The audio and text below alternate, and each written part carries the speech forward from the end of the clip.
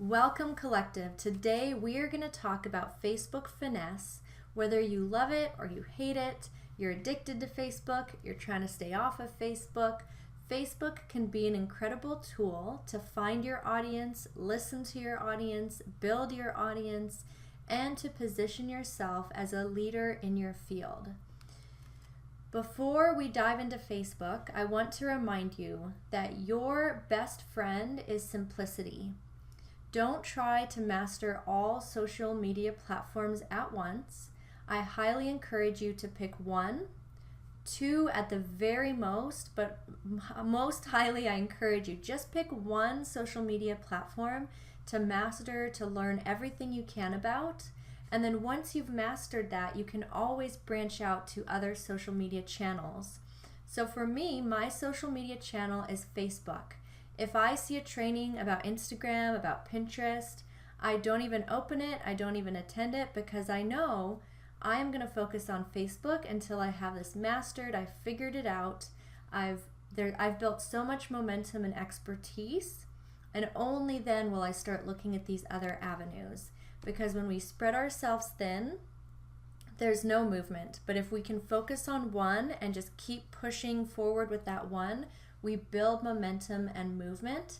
We figure out a system that works. We create a habit of posting and being present. So that's what I want for you. Whether or not you choose Facebook, Facebook is what I've chosen. So that's what I'm going to be sharing with you during this Facebook Finesse training.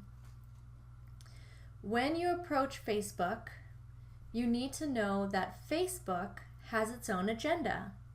Facebook wants people to stay on Facebook.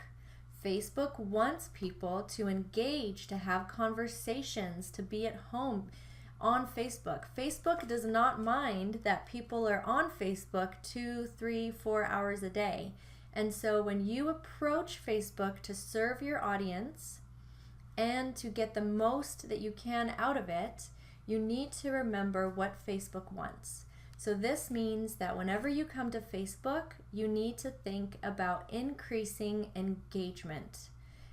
And the way that Facebook measures engagement is they look at the likes, at the comments, at the shares.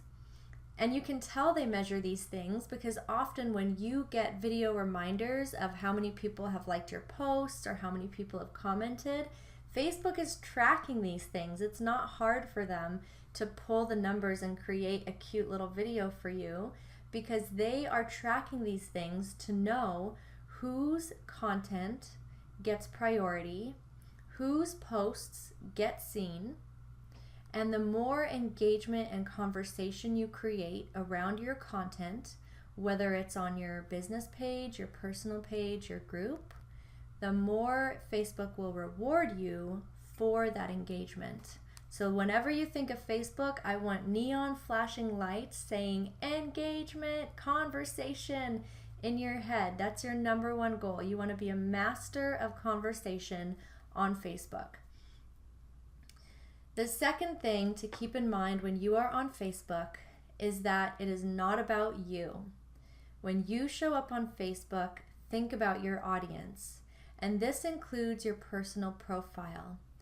Because we are building a business online, because we are marketing our books online, every way that we show up online, it matters. People, when they check out your personal profile, they are deciding, do I like this person? Do I not like them? Do I trust them? Do I not trust them? And when they come to your Facebook, just the same way that when they come to your website, they're not looking to see, oh, what is this person all about? You know, what does Deanne think? What does Deanne believe? No, they are thinking about themselves. Every person is their own main character in their story. So your audience is thinking about themselves, and the question they have is, can you help me?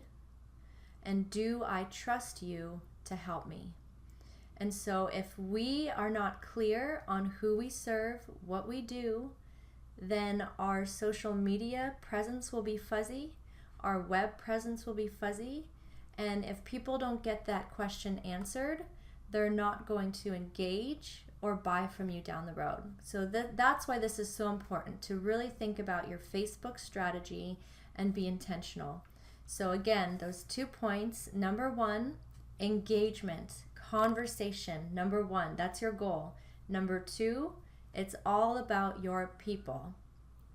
Imagine that Facebook is a house and you are hosting a party in this house and you're inviting your people, your audience to this house. You want to make it all about them. You want to put pictures on the wall that are meaningful to them. You want to have blankets and throw cushions that they love the colors of.